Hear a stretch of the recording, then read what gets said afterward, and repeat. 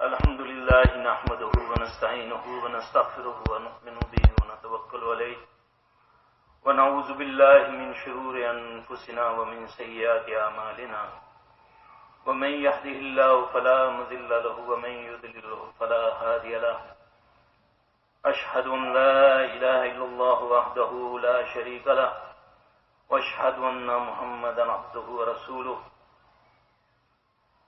أما بعد أعوذ بالله السميع العليم من الشيطان الرجيم ربي اشرح لي صدري ويسر لي أمري واحلل عقدة من لساني يفقهوا قولي رب زدني علما رب زدني علما رب زدني علما اسلم تسلم. رسول اللہ صلی اللہ علیہ وسلم نے فرمایا جو اسلام میں آیا وہ سلامتی میں آ گیا. یہ کائنات کے اس بندے کی بات ہے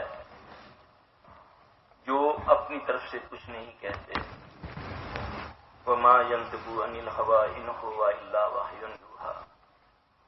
میرا رسول اپنی طرف سے کچھ نہیں کہتا، جو کہتا ہے میری طرف سے وہی ہوتی ہے. رسول اللہ صلی اللہ علیہ وسلم رحمت العالمین ہیں. اس کی امتوں کی سردار ہے کیونکہ آپ صلی اللہ علیہ وسلم انبیاء کے سردار ہیں. اس کے باوجود اس وقت المیہ یہ ہے کہ پوری دنیا کے اندر اگر کوئی زیر عطاب ہے تو وہ مسلمان ہے.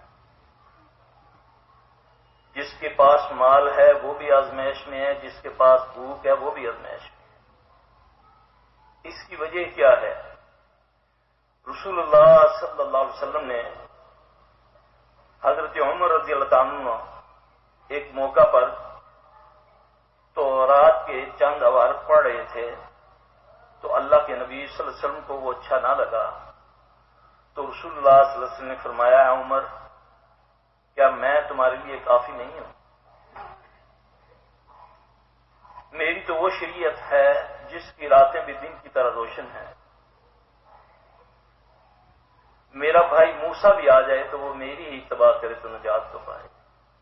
بھائیو، اللہ نے جس کو ہمارا رہبر، ہمارا ہادی، ہمارا رہنما قیامت تک کے لیے بنایا، اس کی امت کا آج یہ حال ہے کہ ایسی ایسی بیماریوں میں، ایسی ایسی آزمائشوں کے اندر مبتلا ہے. دوائی لیتے ہیں تو مزید بیمار ہو رہے ہیں. اس کی وجہ کیا ہے؟ اصل میں ہم نے اپنے نبی کو چھوڑ دیا.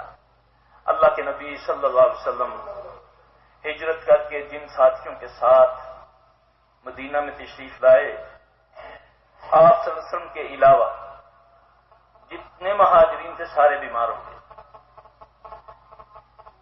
یہاں تک کہ حضرت ابو بکر رضی اللہ تعالیٰ عنہ اور حضرت بلال رضی اللہ تعالیٰ عنہ بھی اتنے بیمار ہوئے، ایسا بخار کے سمجھ نہ آئے. انہوں نے مکہ کی تعریف اور مدینہ کو اس کے بارے میں انہوں نے شاید کہنے شروع کر دیے.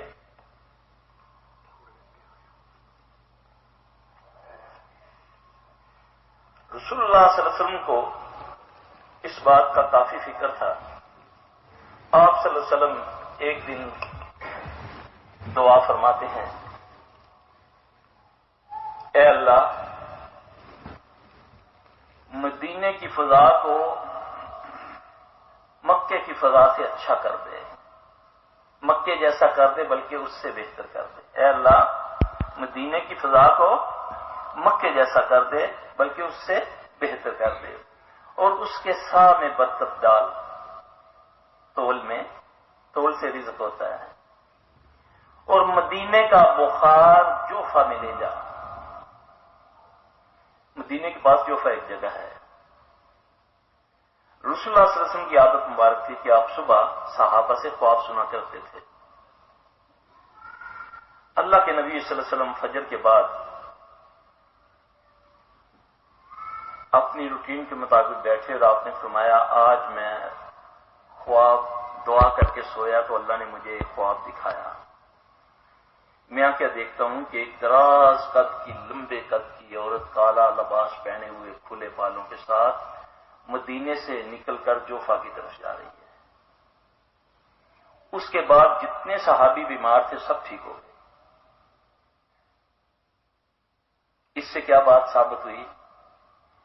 وہ بیمار فزیکلی نہیں تھے، اسیبی بیمار تھے، اور اللہ نے نبی پاک صلی اللہ علیہ وسلم کے ذریعے سے ہمارے تک یہ پیغام پہنچایا کہ دوا اور دوا، اور پھر اللہ کے نبی صلی اللہ علیہ وسلم نے دعا فرمائی۔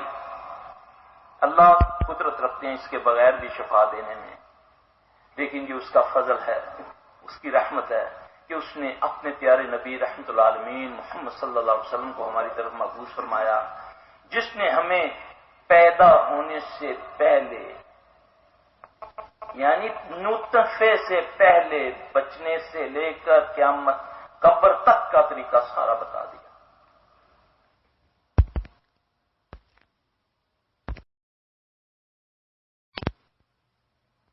الحمدللہ نحمدہ ونستعینہ ونستغفرہ